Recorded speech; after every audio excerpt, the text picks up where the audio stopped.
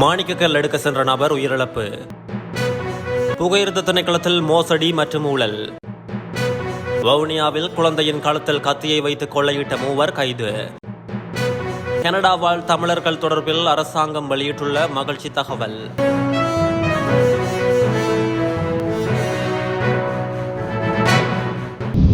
Corona போருக வந்த பிரதேசத்தில் கழுகங்கையில் மாணிக்கக்கல் அகழ்ந்து கொண்டிருந்த நபர் ஒருவர் நீரில் மூழ்கி உயிரிழந்துள்ளார்.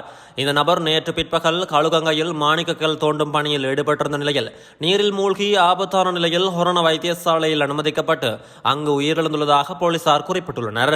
இந்த சம்பவத்தில் போர்வதந்த பகுதியைச் சேர்ந்த 42 வயதான நபரே உயிரிழந்துள்ளார். கொரோனா போலீசார் மேலதிக விசாரணைகளை மேற்கொண்டு வருகின்றனர்.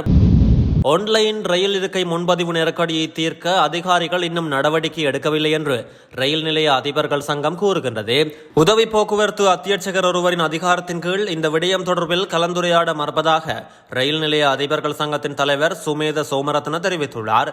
இது தொடர்பில் மேலும் கருத்து தெரிவித்த சுமேத சோமரத்ன புகையிரத திணைக்களத்தில் பல மோசடிகள் மற்றும் ஊழல்கள் இடம்பெறும் இடமாக மாறியுள்ளதாகவும் சுட்டிக்காட்டியுள்ளார்.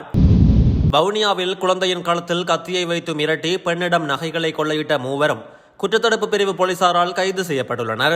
குறித்த கைது நடவடிக்கையானது நேற்று இடம்பெற்றுள்ளது. வவுனியா சிந்தாமணி பிள்ளையார் ஆலய வீதியூடாக கடவுச்சீட்டு அலுவலகத்திற்கு கடந்த 17ஆம் திகதி அதிகாலை குறித்த பெண் தனது குழந்தையுடன் மோட்டார் சைக்கிளில் சென்றுள்ளார்.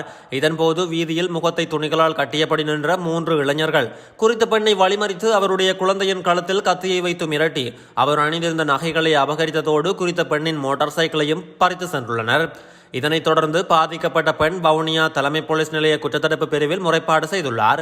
குறித்த முறைப்பாட்டுக்கு அமைய மேற்கொள்ளப்பட்ட விசாரணையில் சிதம்பரபுரம், மதவுத்தகுளம், ஸ்ரீராமபுரம் ஆகிய பகுதிகளைச் சேர்ந்த 34 தொடக்கம் 35 வயதுடைய 3 இளைஞர்கள் போலீசாரால் கைது செய்யப்பட்டுள்ளனர். அத்துடன் அவர்களினால் அபகரிக்கப்பட்ட 3.5 பவுண்ட் நகைகள் உருக்கப்பட்ட நிலையில் யாழில் உள்ள நகைக்கடை ஒன்றிலிருந்து போலீசாரால் மீட்கப்பட்டுள்ளதோடு பறித்து செல்லப்பட்ட மோட்டார் சைக்கிள் கனகராயன்குளம் பகுதியில் விற்கப்பட்ட நிலையில் மீட்கப்பட்டுள்ளது.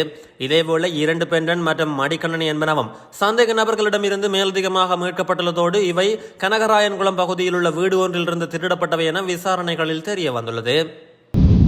கனடா வாழ் தமிழர்கள் மீது அதிக ஈர்ப்பு உள்ளதாக ஒன்டாரியோ முதல்வர் டாக் ஃபோர்ட் தெரிவித்துள்ளார். கடந்த வாரம் தமிழ் வர்த்தகர்களுடன் இடம்பெற்ற நிகழ்வொன்றின் போது அவர் இதனை தெரிவித்துள்ளார். தமிழ் சமூகம் மீது தனக்கு மரியாதை உள்ளதாக அவர் குறிப்பிட்டுள்ளார். கடுமையான உழைப்பு திறனை கொண்டமையே இதற்கு காரணமாகும். வெறும் கையுடன் கனடாவுக்கு வந்த பல தமிழர்கள் இன்று பாரிய முன்னேற்றம் அடைந்துள்ளனர். பல்வேறு தொழில் முயற்சிகளை மேற்கொண்டு முன்னேறியுள்ளனர். உணவகங்கள், வர்த்தக நிலையங்கள் என உருவாக்கி தொழில்துறையினை தமிழர்கள் வளர்த்துள்ளனர்.